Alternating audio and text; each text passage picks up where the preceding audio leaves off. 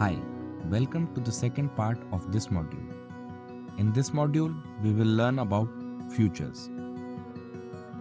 Futures वो forward contract होते हैं जो एक्सचेंज के द्वारा ट्रेड कराए जाते हैं। जैसे फॉरवर्ड कॉन्ट्रैक्ट के एग्जाम्पल में हमने देखा कैसे रोहन एंड गोल्ड सेलर ने आपस में एक कॉन्ट्रैक्ट साइन करा गोल्ड को बाय करने के लिए। फ्यूचर्स भी उसी तरह के कॉन्ट्रैक्ट्स होते हैं, ये बस एक्सचेंज रेगुलेटेड होते हैं और एक प्रॉपर मैकेनिज्म से काम करते हैं। फ्यूचर को फॉरवर्ड से अलग करते हैं कॉन्ट्रैक्ट की स्पेसिफिकेशंस, जैसे expiry date, trading lot, base price, price and quantity freeze. अब एक एक करके इन चारों को समझते हैं। फॉरवर्ड कॉन्ट्रैक्ट में दोनों पार्टी कॉन्ट्रैक्ट की मैच्योरिटी डेट डिसाइड करती है। फ्यूचर्स में इस मैच्योरिटी को एक्सपायरी बोलते हैं। ये एक्सपायरी एक्सचेंज डिसाइड करता है।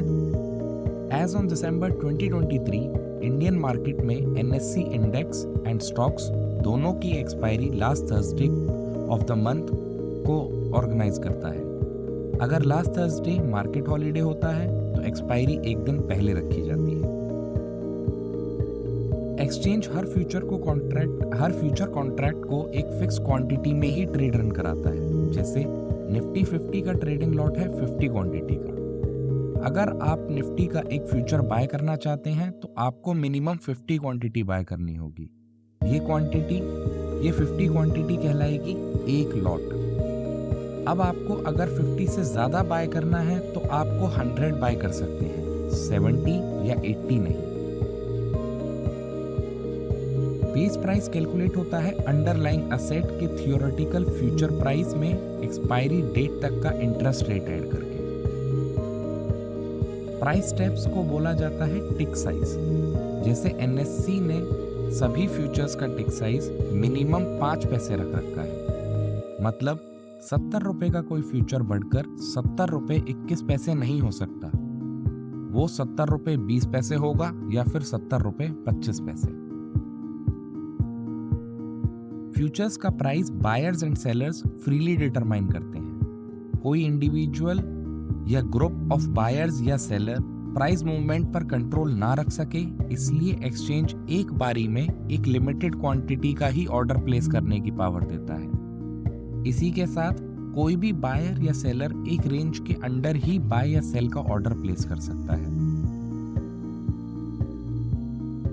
फ्यूचर की सेटलमेंट एक अलग प्रोसीजर से होती है, इसीलिए अक्सर लोग इसे बहुत कॉम्प्लेक्स समझते हैं। एक बार आप डेली सेटलमेंट प्रोसीजर समझ जाएंगे तो आपके लिए बहुत इजी हो जाएगा फ्यूचर्स में ट्रेड करना। फ्यूचर की daily settlement mark to market basis पर होती है, इसे बोलते हैं M2M। हर एक फ्यूचर कॉन्ट्रैक्ट की सेटलमेंट T+1 बेसिस में कंप्यूट होती है। Traded price and settlement price का डिफरेंस MTM कहलाता है। सेटलमेंट प्राइस को एक्सचेंज डिक्लेयर करता है। ये मार्केट बंद होने के बाद हमें हमारे ट्रेडिंग पोर्टल पर नेक्स्ट डे विजिबल होता है। सेटलमेंट प्राइस होता है weighted average price of last 30 minutes. Future में ट्रेड करने वाले ट्रेडर हर दिन सुबह अपनी ट्रेडिंग अकाउंट का बैलेंस में फर्क देखते हैं। ये फर्क MTM ही की वजह से ही होता है। Traded price and settlement price के बेसिस पर पता चलता है पोजीशन में प्रॉफिट है या लॉस। एग्जाम्पल के लिए आप ऐसा समझ लीजिए कि आपने निफ्टी 50 का एक फ्यूचर बाय करा है 20,200 के प्राइस पर। यह हुआ आपका ट्रेडेड प्राइस।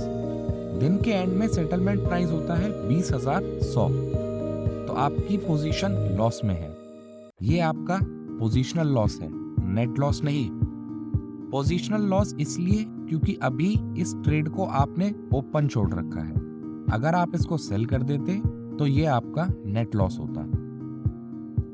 अब ऐसा समझ लें कि आपने जब ये बाय करा तो इसको बाय करने के बाद आपके ट्रेडिंग अकाउंट में कोई फंड नहीं बचा।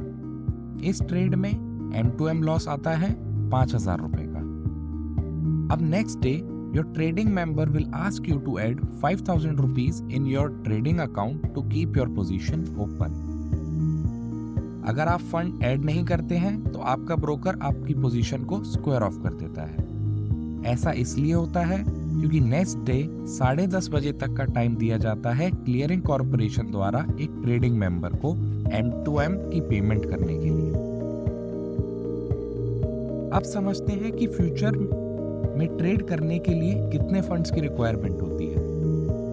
मार्जिन को समझने के लिए हम एग्जांपल लेते हैं रिलायंस का। रिलायंस का लॉट साइज है 250 क्वांटिटी। अब अगर मुझे लगता है रिलायंस बढ़ेगा तो मैं रिलायंस के फ्यूचर की जगह स्टॉक को क्यों नहीं बाय कर लेता।